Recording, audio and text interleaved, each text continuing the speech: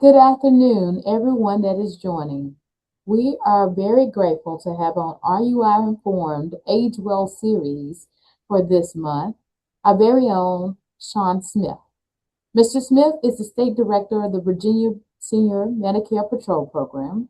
He leads a team of over 100 paid and volunteer staff that educate seniors on fraud prevention. He is also the author of 101 Fraud Types, a guide to help seniors protect their money and identify in scammers. His presentation today will be about artificial intelligence and scams. We are looking forward to Mr. Smith's presentation. If you have any questions, our presenter has asked today that you would please ask those questions at the end of the presentation. But he may be known by some, but at Retirement Unlimited Incorporated, we call him an RUIU Fellow. As part of our university team, he has visited 10 of our communities and has done so over the past year since 2025. Mr. Smith, it's a pleasure to have you today. Thank you again for volunteering your time and bringing this important topic to all that have joined. Thank you. Thank you. Good afternoon. I appreciate your invitation, Dr. Kit, and I'm grateful to be here to share on this topic with everyone that's on the line with us. As Dr. Kit said, my name is Sean Smith. I am the state director for the Virginia Senior Medicare Patrol, and our topic today is artificial intelligence scams.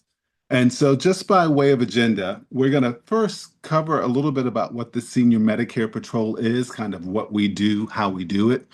And then we're going to jump into more of a definition of what artificial intelligence or AI is, as well as talk about ways that we use it usefully nowadays. With that, we're going to move into some of the ways that we know scammers are already using AI, and specifically AI against seniors. And as we talk about each of those areas, we're going to also talk about ways that seniors can keep themselves safe and protect themselves from the various types of AI scams that are out there. So that's it. We're going to get started. Starting with the Senior Medicare Patrol.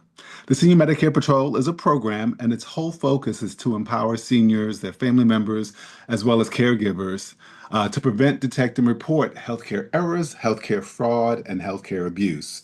And we do that through outreach, we do that through education, and we do that through one-on-one counseling. And so the program itself is actually sponsored by the U.S. Department of Health and Human Services, which of course is the same department that governs Medicare.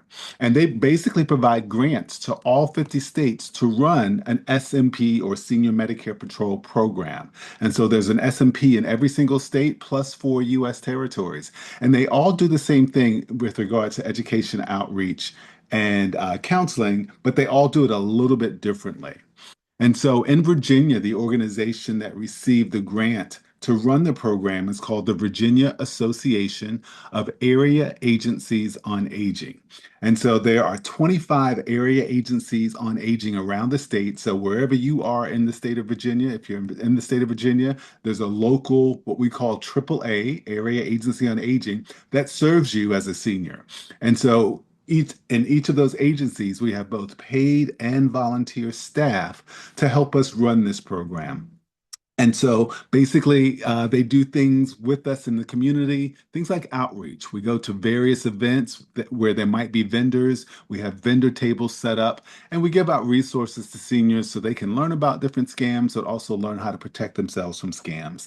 And then we have educational programming. Obviously, today we're talking about artificial intelligence scams, but we have programs on things like email and text message scams. We talk about common healthcare scams. We even educate seniors on how to read their Medicare summary notices. So we have a whole list of programs that we do to educate seniors so they can keep themselves safe. And then we go to various places. As Dr. Kidd said, we go to the RUI communities. So we go to senior living facilities. We go to events at festivals. We go to conferences and share this information.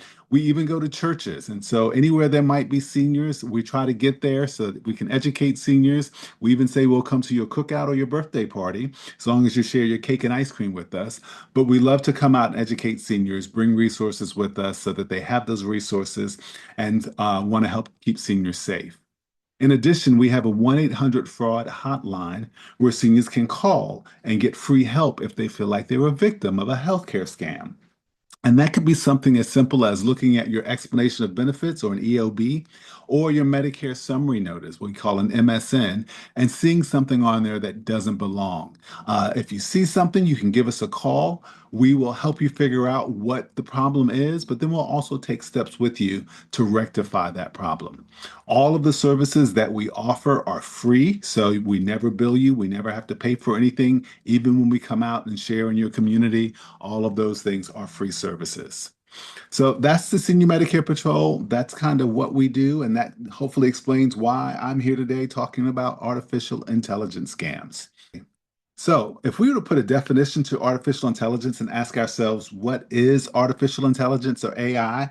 Basically, it's where we give computers enough information so that the computers act and almost react like humans. So they problem solve, they simulate human intelligence, and they're able to do things for us the way that maybe an assistant or someone we know might do things for us. So we give it really strong capabilities, and we do that just by feeding it lots and lots of information, updating its speed so that it can do these things quickly. And so AI has actually been around for quite some time, and there are plenty of common uses for AI that we don't even think about as being artificial intelligence. And so, as we think about AI nowadays, if I were to say, "Hey, how are you using AI?" People might say things like, "Oh, I use ChatGPT," or "I use Claude," or one of the open AI concepts that are out there. But AI has been around for a very long time, and so I'm going to put up a list of some things that we actually, all of us probably commonly use AI for, starting with spell check. If you think about spell check, it is a computer that's so intelligent that it can tell you when you spell words wrong. And so it's almost like having a spelling teacher in your computer. If you have a calendar reminder that pops up to tell you that you have a meeting coming up that you don't want to miss, that's AI. That's a computer say it's almost acting like an assistant in your pocket. Many of us use our Siri or Alexa or talk into our phones or have smart devices at home. All of that is artificial intelligence.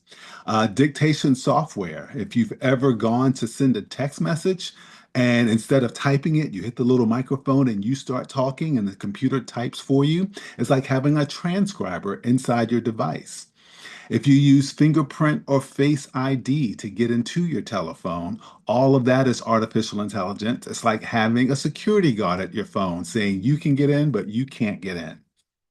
If you ever use an email or a spam filter, if we have an email address, many of us, we probably also have a spam folder. And that's like having someone sort our mail. The computer's smart to say, hey, this is good mail, you should read it. Oh, no, no, no, no, this is bad mail, you don't have to worry about it. And we send it straight to the spam folder. Some other things that we use are things like GPS navigation. Of course, all of that is artificial intelligence, having someone direct you.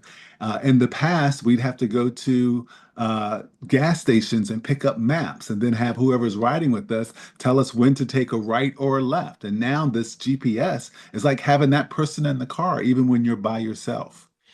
If you've ever gone to a website, if you look over into the lower right-hand corner, there's often a chat bot there, a little pop-up that says, "Do you have any questions?" If you start typing into that chat bot, initially you'll be communicating with AI before they get you to a live person in most cases.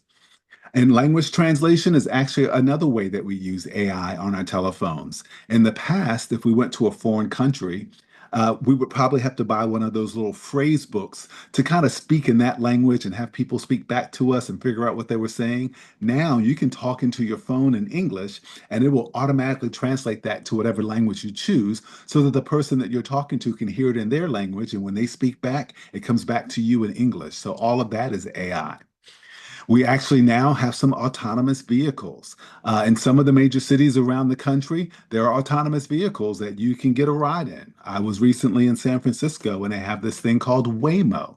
Waymo is just like Uber. There's an app, you download it, and you tell it where you want to go. It comes and picks you up, except that when you climb into that car, there's no driver. The car takes you around the city by itself because it's using artificial intelligence technology. Fraud detection for your bank. So if you've ever gotten one of those notices that asks you from your bank, hey, did you approve this transaction? Just so you know, there's no person sitting at your bank looking at all your transactions. It's a computer that kind of knows what kind of things you typically do. And when they see something out of the ordinary, then they start to send those notices out to you. And then another thing would be your social media algorithms. If you have Facebook, if you have Instagram or TikTok, or even things like Amazon, when you open up those technologies, those apps, and you're looking through your what we call a feed, your feed is never exactly like someone else's feed. And that's because there's an algorithm that starts to memorize the kind of things that you like. When you look at something and you spend a lot of time on it, it says, hey, they must like this. I'm going to send them more of that. If there's something you sweep past really quickly and you don't look at it often, then they take that thing off of your list. So yours is always going to be unique from anybody else that you might know. So these are many of the ways that many of us are already using AI and we may not even know it. And if you think about these are all probably pretty good for us. These are all probably really good things. I mean, I think about GPS technology. If we did not have that, we'd have to go back to the convenience stores to buy maps just to get around the city or go around to a new city. And so all of these can be really great.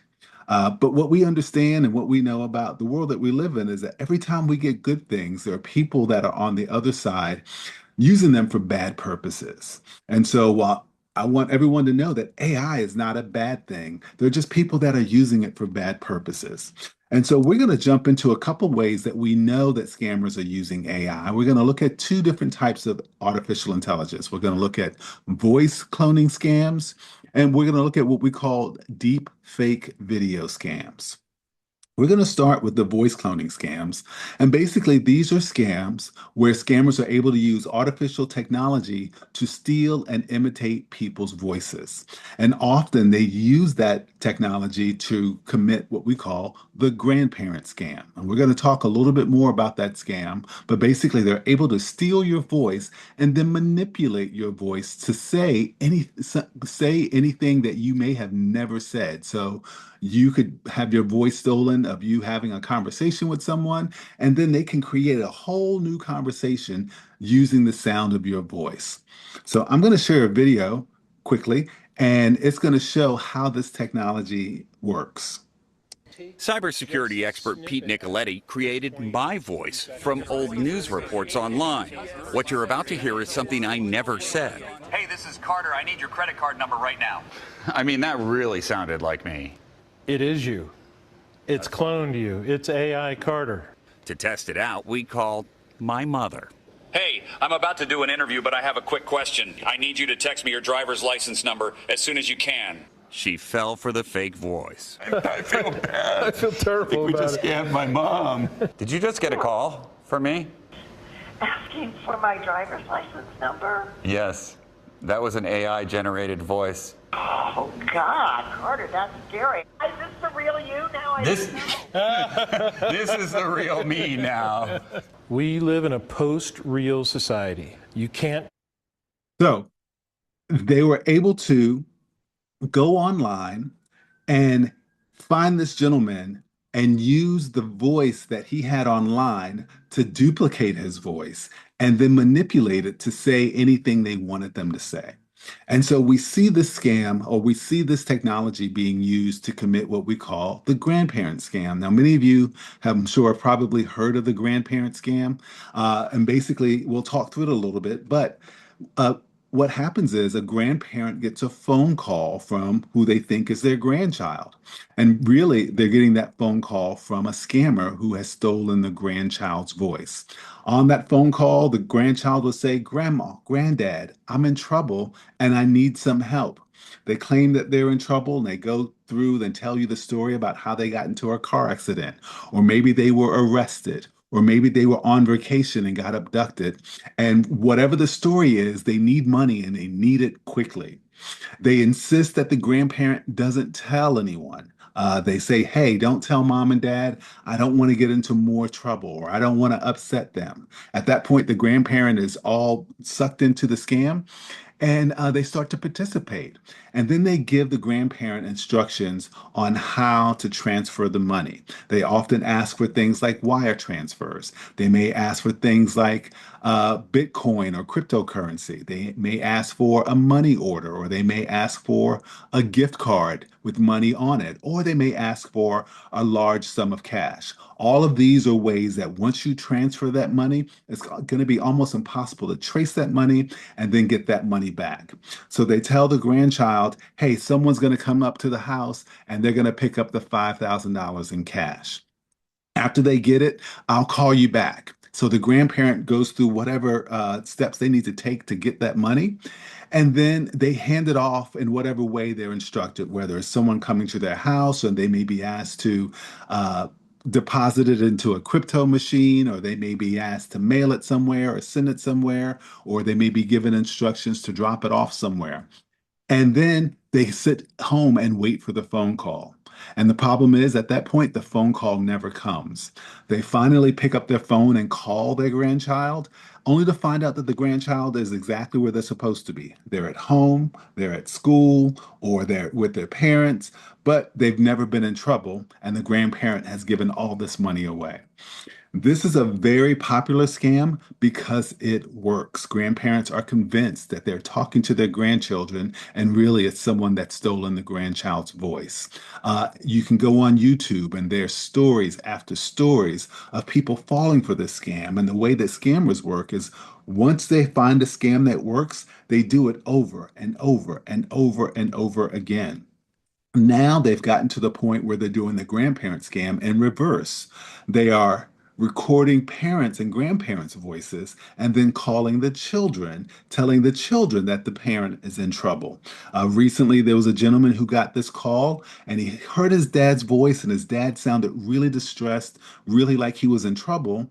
And he was asking the dad, what's wrong? What's happening, dad? Someone else took the phone and told the gentleman that they had his dad at gunpoint and they needed some money. And so, as he's panicking and getting details, his wife walks into the room and he asks him, what's going on? And he tells his wife, dad's in trouble and I'm just trying to get him some help. And the wife starts to think clearly, and she picks up her own phone and calls the dad, only to find out that the dad is perfectly fine. These scammers stole the dad's voice and was trying to manipulate the son into giving them some money. So, because these scams are so popular, we want seniors to know what they can do to protect themselves from these scams. First, knowing how scammers work, and this is with this particular scam as well as with other scams. Scammers want to use fear, they want to use urgency, and they want to use isolation. They want you to be afraid. They want you to feel like you have to rush, but they also want to isolate you by yourself. Under those conditions, for seniors, for young people, for anybody, we don't make great decisions, and scammers know that. So that's why they use those tactics. And so we always say that if your grandchild calls and asks for money, call them back on their personal device. Even if it looks like them calling, it's okay to call them back. Now, if it's a scammer, they're going to have all these reasons why you should not call them back. But because they can spoof numbers, those numbers can look just like your grandchild's numbers so that you think they're calling. But if someone calls and says they're in trouble and they claim to be your grandchild, you can always call them back on their own device and make sure that your grandchild is okay. What we also ought to say is don't keep it a secret. The grandchild, again, may often tell you, don't tell mom and dad, or don't tell anyone. And again, that's a clear sign that they're trying to isolate you. They want you by yourself because they know in those situations you don't make great decisions. We know that this is a popular scam. We say prepare for this. When your family's together, get a code word and have a code word to say, hey, if you're in trouble and someone calls and says that they're in trouble or that you're in trouble, let's make sure we have a code word so that we know, or there's a code phrase, or there's something that we kind of, some type of ritual that we go through so that we know that we're talking to the real and to the right person. My mom and my brothers, we have a code word. And initially, my mom started giving everybody the code word. We're like, Mom, you can't tell people the code word. You got to keep that to yourself. So we chose a new one. And now we would use that if we ever got into that particular situation. Some other things that we want to be careful about is what we're posting and when we're tagging our kids and our family members on social media. We know that social media in general is just not a safe place. Everyone has access to social media, even scammers. And we know that in foreign countries, they start children at very, very young ages to teach them how to perpetrate many of these scams. And the first thing they do is they sit them in front of social media and they teach them to identify vulnerable people. And one of the ways that you can identify or what makes a person vulnerable is how much information they have on the internet. So if you're on the internet and you're on one of these apps, Facebook or Instagram, and you're tagged and connected to your grandchildren and your kids and all of your friends and family members, then people know. They start to connect the dots. They're like, oh, I know who her grandchild is. And if they know when your grandchild's on vacation in Mexico, then they know when to call you and pretend to be your grandchild who's been abducted in Mexico. So tagging and posting on social media is something that we want to be careful about. Posting videos with your own voice, because using those videos, people can get your voice and use it and manipulate it to pretend to be you. So we want to be careful about that. Thinking also about your outgoing voicemail message. A lot of people like to say, hey, if I'm not home right now, but if you leave your name and number after the beep, we'll get back with you. There's an automated service that will do that for you. And besides, people know what to do after the beep. They don't need you to dictate to them what they need to do. And so being careful, because a scammer can use your voice from that particular recording. The other thing we say is engaging with unsolicited callers. If you're one of these people that answer the phone every time it rings and then you hang up when you realize it's a scammer or some type of salesperson, when you pick up that phone and you say, hello, who is this? How can I help you? What do you want? Those are opportunities where scammers can record your voice. Just so you know, scammers only need 3 seconds of your voice to get a recording good enough to use it to manipulate your voice and use it against you with AI. And they don't always have to get that 3 seconds on one call. If they call back and you pick up a second time and a third time and a fourth time, they can record your voice and then use your voice against you. So we tell folks, don't answer unsolicited phone calls. So that's voice cloning and the grandparent scam. And we want to make sure people understand that and are safe from it. Next, we're going to jump into what we call deep fake video scams. And basically, these are scams where they're using AI technology to make videos from images, and sometimes they're able just to make videos from just typing in prompts into the computer. And so they use the videos to trick people to make it look like a real person or make it look like someone you might know. And it's really popular in things like romance scams and celebrity impersonation scams. And they use it to get people to do illicit things, sometimes businesses, or maybe give them money. But initially, they can be essentially, they could be imitating you or someone else, and you think that you're talking to or dealing with a real person. So we're going to watch a short video, and I think you're going to recognize the person in this video, but it's going to show you his actual image and then an image of him created by artificial intelligence. Second youngest son. He's suggesting it came out of nowhere. What we subsequently learned is it may have come from the former president or his legal team acting in bad faith. This is a deepfake example of what is possible with powerful computer and editing. It took around 72 hours to create this example from scratch using extremely powerful GPU. It could be improved with more computing time, but 90% of people cannot tell the difference. So now I think that was a pretty good video. However, it wasn't perfect. And so if you all remember having a VHS player where you put the VHS tapes in, looking at that particular deepfake video, it almost looked like the tracking was off a little bit. Now, we'll say that that video is actually a couple of years old and AI has come a very long way since then. And so we're going to look at some other videos where it's gotten so much better that it doesn't even have that little issue anymore.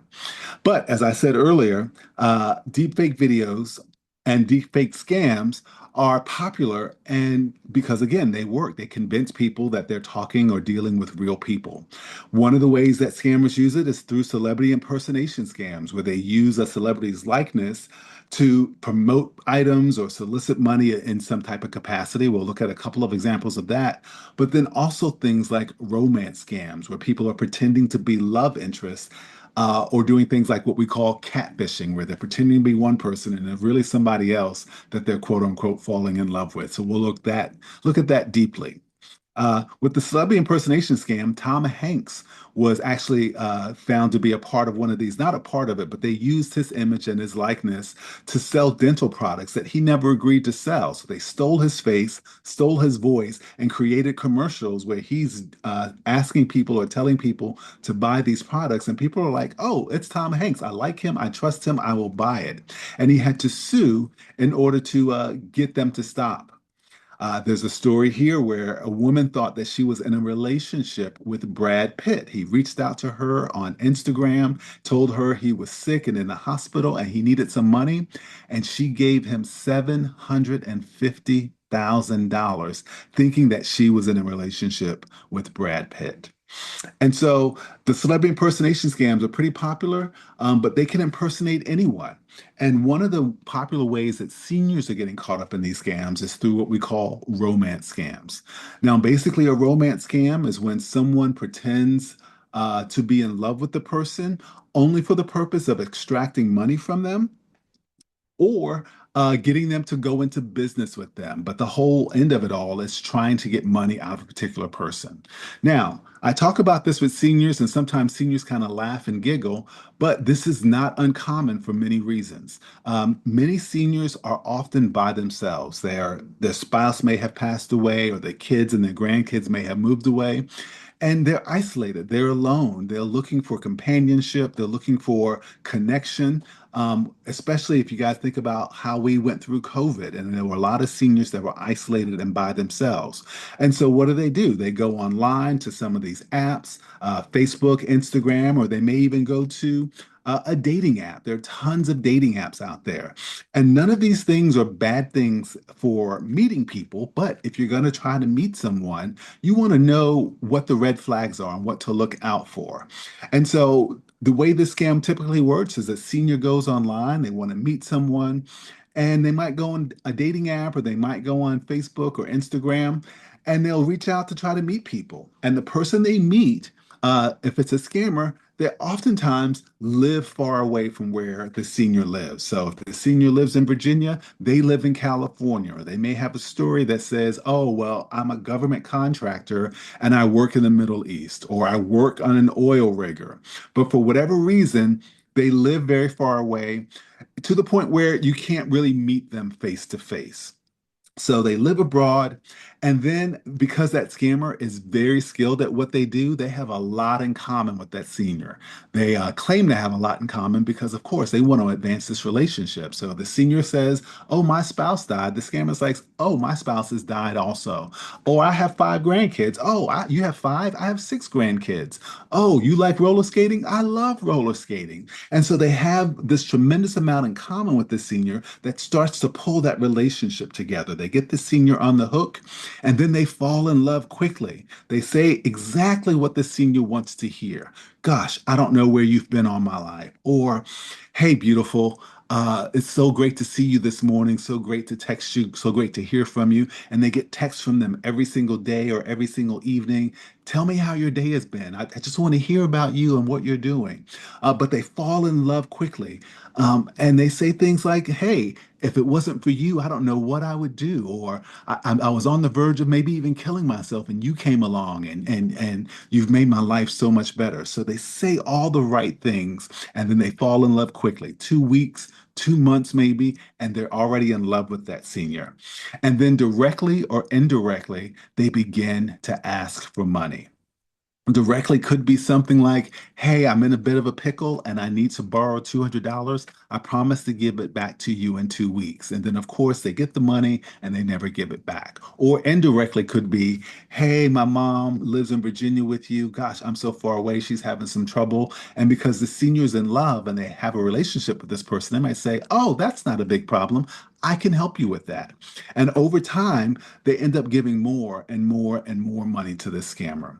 When the money runs out, sometimes the scammer may ask them to go into business with them and need them to open up some bank accounts, or they may say something to the effect of, hey, I'm going to send you some electronic equipment. I hope you can help me with my business. All I need you to do is take pictures of it, write down the item, and I'm going to send you some addresses. And so you just mail her off to where I tell you to mail it. And the senior's like, oh, no problem. I can help you do that. Only to find out that it's not a really legitimate business. And they end up sending stolen items across the country from their home address. And so, in any case, the senior ends up putting themselves into a position where they're either in love with someone who doesn't love them back and they end up giving them money, or they get tied up in some illicit business with them. And so, what we tell seniors to stay safe from this is if you're ever on these apps or you're looking to find love through these apps or being online, again, those things are not bad things at all. There are plenty of people that have found people online, fallen in love, gotten married, been married for many, many years. So the apps themselves are not bad, but if you're going to be on there, you just want to be careful. And if you may already have friends that have been caught up in one of these romance scams, and many seniors that I talk to already have or are familiar with it. And so what we tell seniors to be careful of is one, you always want to be careful of people that you can't meet in person. Now, that's not to say that you can't have a long distance relationship with someone, but if you're meeting someone and they can't meet you in person for whatever reason, it's just a red flag. And you just want to make sure that you kind of clock that flag and keep it in your back pocket. So that could be a red flag. Another red flag is anyone who looks too good to be true. Now, this is not to say that you can't pull a 10, but it is to say that if every single picture they look like a supermodel and they're picture perfect, then, that's a little unusual. We all have great pictures, we all have terrible pictures, but if every time you see them, they just look amazing, again, just another red flag. Anyone who falls in love too quickly. Now, many of us may have experienced this where we are trying to get to know someone and they tend to move a little bit, or it feels like they're moving a little bit faster than we are comfortable with, or maybe than where we're moving. But because we're interested, we say to ourselves, okay, well, let's just see where this goes. But that pull into the relationship a little bit faster than you, again, that could be just another red flag that you want to watch out for. Anyone who continually breaks promises. And what I mean by that is because these scammers claim to live very far away, they want to keep the senior engaged. They want to keep them on the line. And so they'll promise them things that they can't deliver on and then break that promise. An example of that could be, hey, I'm in Afghanistan, but I'm coming home to the States on August the 2nd. Let's plan to do something on August the 2nd when I come. And everyone gets all excited and we start planning for August the 2nd. But on July 31st, they get a message from from the scammer that says, "Oh, something happened on the oil rigger, and we're all kind of in a danger, so I can't leave and come home.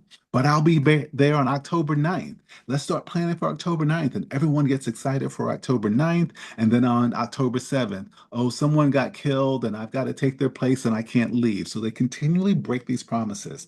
Or they may borrow 100, 200, 300 bucks from you and claim to give it back in 2 weeks. Those 2 weeks come and they never mention it again. And then it begins a cycle where they ask to borrow more and then still never pay that money back. So anyone who continually breaks those promises, that could be a problem. And then anyone who continually asks for money. Now, again, asking for money and borrowing money, intrinsically, there's nothing wrong with that. Everyone can get into a situation where they have hard times and they need to borrow a few hundred bucks. But if it happens over and over and over again, another red flag. And if all these things are piling up as red flags, then you're probably dealing with a scammer. There are people that I talk to, young people as well as older people, that are on these apps and they're looking for companionship or looking to get to know people.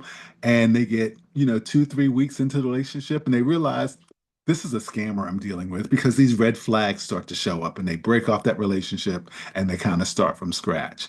And so these people are out there and they're trying to catch seniors. So these are things that we want seniors to be aware of and we want them to be cautious of.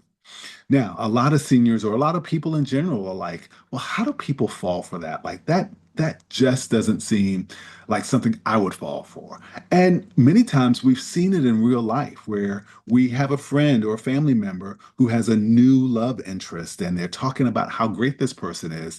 And then we meet that person and we're like, ooh, like this is the person you like? And it's something that simple where because we're on the outside of the relationship, we can see more clearly than them because they're on the inside. And this is something that they really want. And so it's not something that's so foreign that we can't imagine it because it happens more times than we probably realize. The FTC collects data on the various types of scams that happen around the country every year, and they do a report. And so and they classify that different categories in the reports by types of scams and the age of people that they get caught up in those scams. For seniors, the number one scam for seniors aged 60 years of age and above in 2024, the number one scam was investment scams. These are scams where seniors have money, they feel like they need more money because they don't want to outlive the money they have, and they get into an investment that promises a quick return, only to find out that it's a scam. In 2024, seniors lost $1.4 billion to investment scams. In 2024, the number two scam affecting seniors was romance scams. Uh, Seniors lost 1.2 billion with the B, $1.2 billion to romance scams, and those were only the seniors that reported it. Think about how many people may have gotten caught up in one of these scams and figured out it was a scam after they've given away tons and tons of money and never reported it. So if 1.2 billion was reported, think about how much wasn't reported. And so that's why we want to share this information with seniors. And so we're going to watch a story about Leah. Leah was a senior who got caught up in one of these scams. And you're going to see a little bit about how it happened. And you're going to also see a video that the scammers sent her. This is Leah. And for the last 6 months, she's been in a relationship with this man named Christopher Rodriguez. Except Chris Rodriguez doesn't exist. It's a fake name made up by a scammer in Nigeria. And these pictures were stolen from a man whose name actually is Eric Powell. Now, Eric Powell has nothing to do with this. He has his own life and he has no idea this is even happening. But his identity has been stolen. Clearly not for the first time. And it's been used to scam Leah out of everything she has. Christopher has your social security. Yep. He has your banking information. Oh, yeah, I bought a plane ticket and was going to Florida. Hello, babe. I love you so much. I love the choices you made, when picking all the colors in your nails. And I can't wait for you to come down to Miami. You are loved, my love.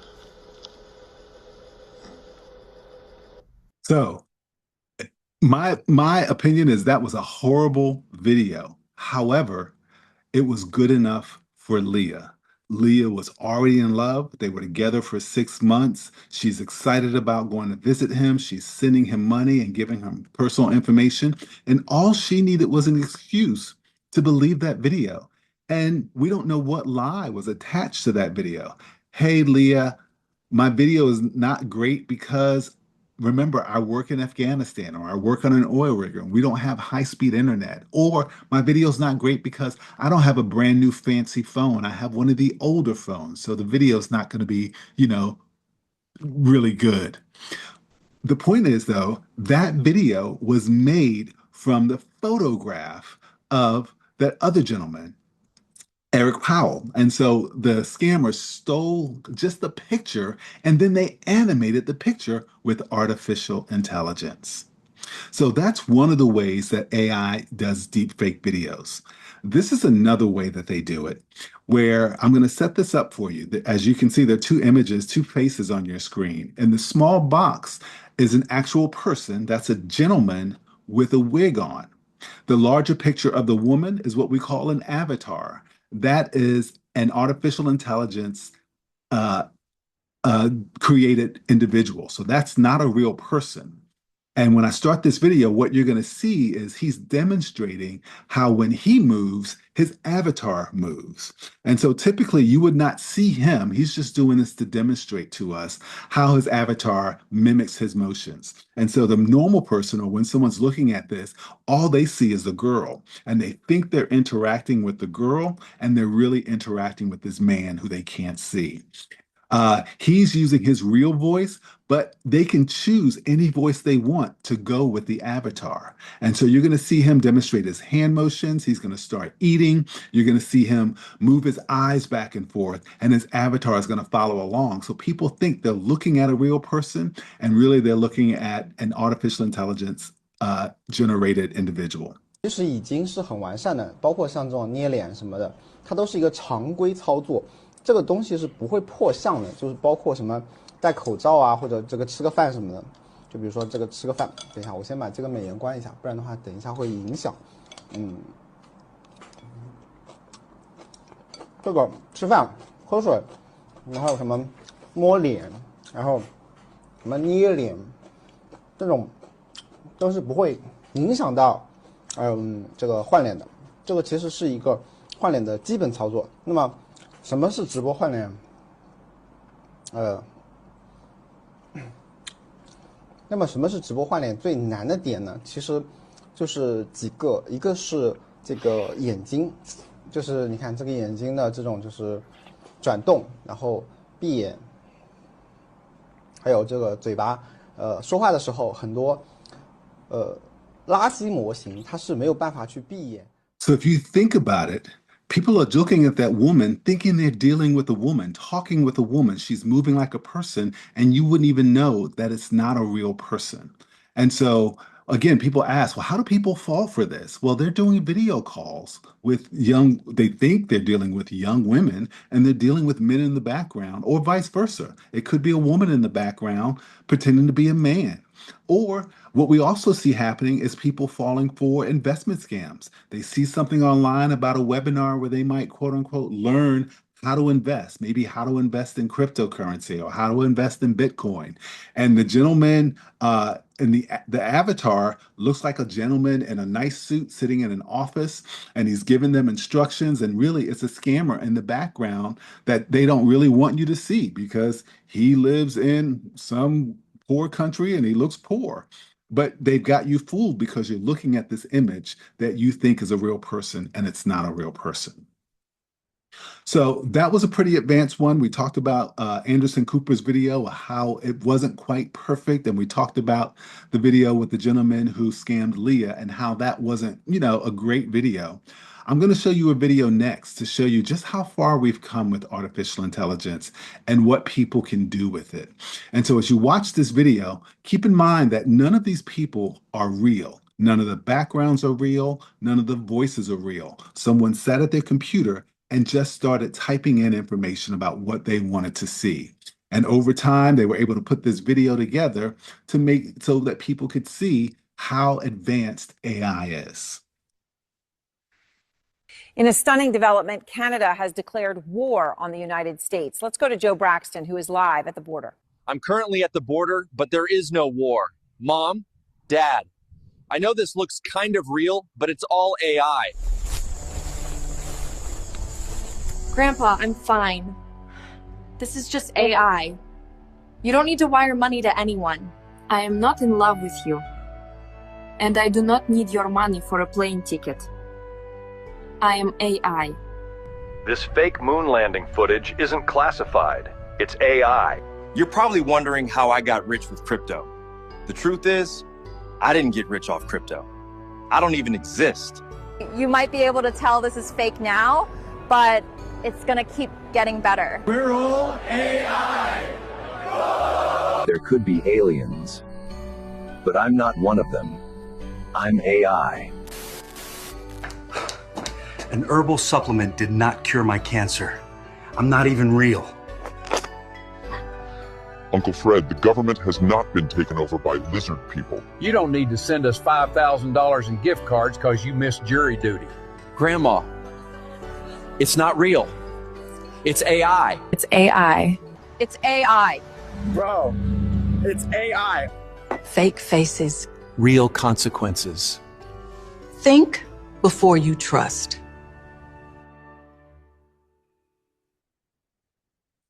So everything in that video was created by a computer. There was not a real person. There was not a real voice. There was not a real background, no real clothes. Nothing in that video was real. It was all computer generated.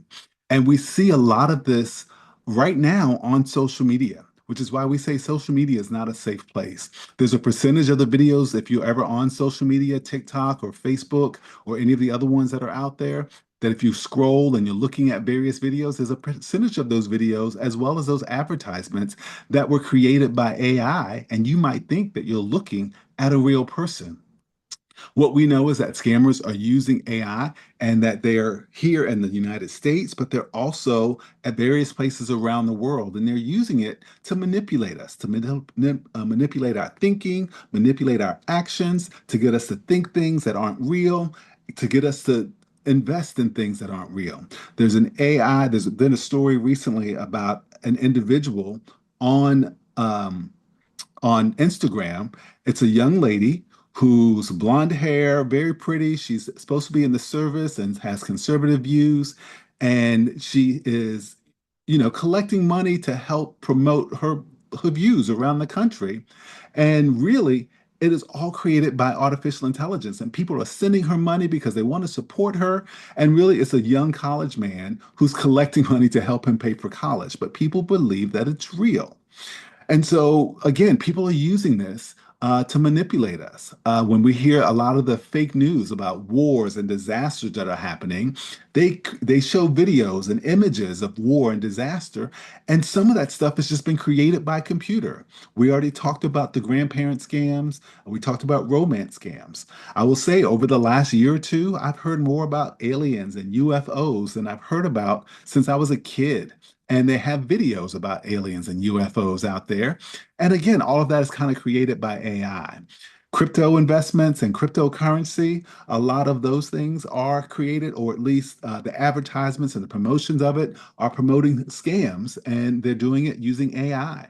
When they tell you there are riots happening at various places and they show these crowd scenes, sometimes some of those things are just fake, and people are able to create those things using artificial intelligence. The celebrity endorsements we talked about, even politicians, they have politicians saying things that politicians never said. There's been a jury duty scam where people are getting phone calls saying that they didn't participate in jury duty like they're supposed to and they have to pay.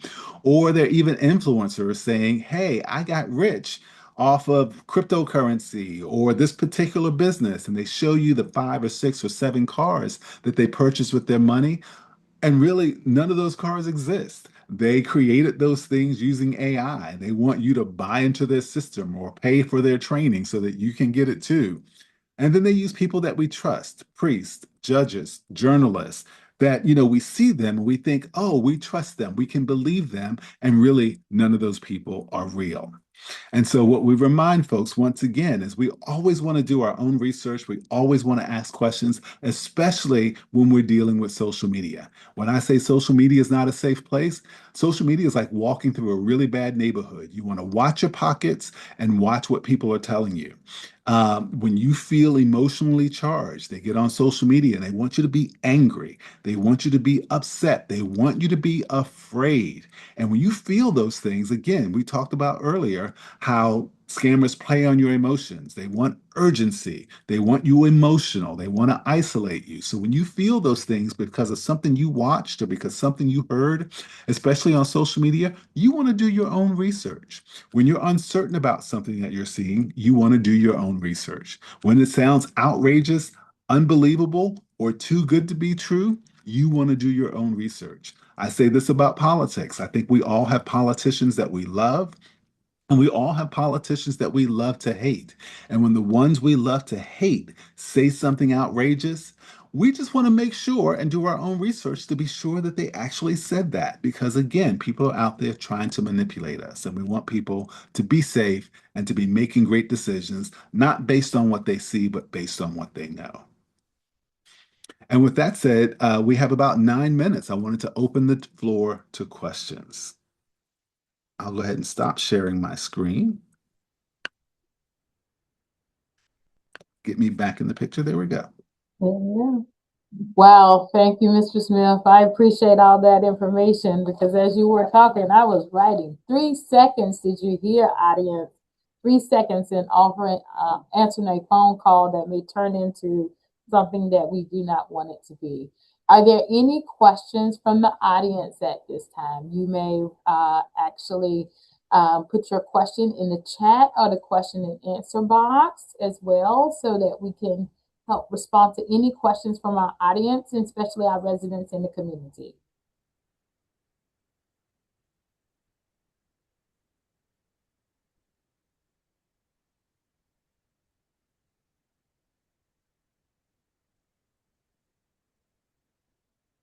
All right, any questions? I know we'll go over a couple of things that I heard from the actual process as we're waiting.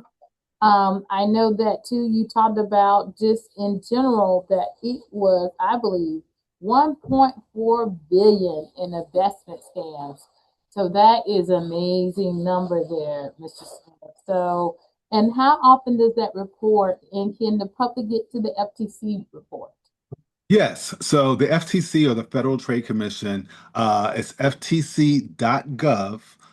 If you look it up online, and that report comes out usually at the end of every year. So they should have the report for 2025 already out, and they do a great job with graphics. They have a lot of this information in interactive charts, so you can zero in on different ages, different types of scams, and you can see how it plays across the country, sometimes around the world. But they have information on just about any type of scam that you can think of, and they keep those statistics and they track those things. What the FTC does with that information is they definitely share that with the public, but they share that information with Congress, because as they learn about the way different schemes happen, Congress is able to create regulation and laws to try to keep some of those things from happening. Thank you, Mr. Smith. Another thing you mentioned was a code word. And as a son, you work with your actual mother to do a code word, but she told the neighborhood. So are there any points that you have for our seniors today when choosing a code word? No, it could be a few things. So we did the very general, we have a code word. And so you could pick a code word. It could be pineapple, it could be blue suede shoes. I talked to a gentleman, and the way their code word works is they'll ask a question and there's a particular response. And the question could be something like, well, what do you want for dinner tonight? And that's code for something for them. And there's a correct response that goes along with that. One gentleman said that he got the call, and I don't recommend this because this might be a little bit too easy, but he asked the scammer, well, what's your sister's name? And the scammer said, oh, well, you know my sister's name. He's like, well, do you know your sister's name? The challenge with that one, though, is if you're tagging and connected to people online, that's something super easy anybody can see, right? And so we don't want to use something that simple, because the scammer could have already collected that information. So just choosing a code word, and, when you talk about it with your family, sometimes it's kind of funny and sounds really silly, but it can save money, if certainly not a life. Yeah, thank you for that information too as well. Now, what I heard you say that AI, sometimes we don't even think in particular things, but just think about it. We heard that AI is our calendar reminders as well. So that kind of, you don't even think about that today. So that was a great list of things too that we use. And talking about social media algorithms, I know a lot of people say that sometimes you can shake those algorithms up. Is that true, Mr. Smith? Anything that our seniors may be able to do to help with that? Yeah, it's difficult to do. You can shake up the algorithms by doing something that you wouldn't normally do. So, for example, like I said earlier, and I'll use Amazon for an example. As you search for things on Amazon, if you, for example, look up white socks on Amazon, and you see a couple of pair that you might be interested in, and then you stop looking, the next time you go into Amazon, they're going to show you tons and tons and tons and tons of options of white socks, right? And so if you decide that you want to shake it up a little bit, look for something that you don't normally look for, and it'll zero in on those things and send them to you. But the same thing works on your TikTok feed or your Instagram feed. If you typically stop on videos that talk about health or science, then and you don't want to get that kind of stuff, then go to something different and spend time there, and the algorithm will start to send you those things. So basically, it's like having someone watch what you're doing, and then they curate a list for you and send it to you. All right, thank you. Very good point.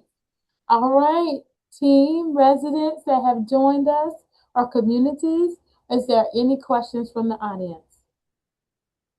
Well, Mr. Smith, thank you again. As always, I think I speak on behalf of all our communities. When you step into the room at a community, the seniors are always listening.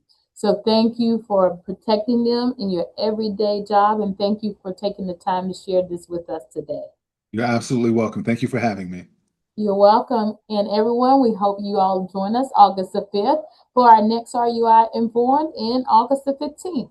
So we're looking forward to our audience and near community to you in September. Mr. Smith will be available. So thank you, everybody. Have a good afternoon. Bye-bye.